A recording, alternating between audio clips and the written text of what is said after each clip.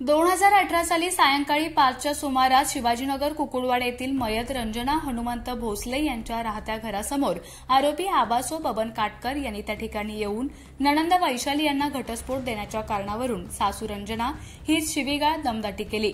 तसेच तिच्या छातीवर, कपाळावर, हातावर चाकूने वार करून जीवे मारले व चाकू त्या ठिकाणी टाकून पळून गेला। याबाबत म्हसवड पोलीस ठाण्यामध्ये गुन्हा दाखल करण्यात आला होता।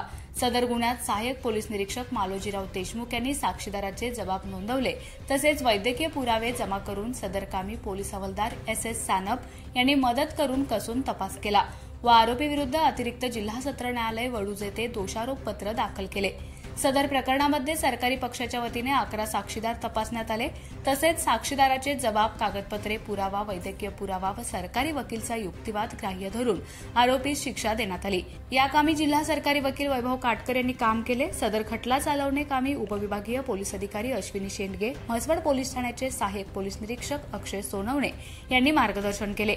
तसेच पोलीस उपनिरीक्षक दत्तात्रय जाधव, महिला पोलीस हवालदार विजयालक्ष्मी दडस, पोलीस कॉन्स्टेबल अमिल शिकलगार, सागर सजगने, जयवंत शिंदे यांनी सहकार्य केले।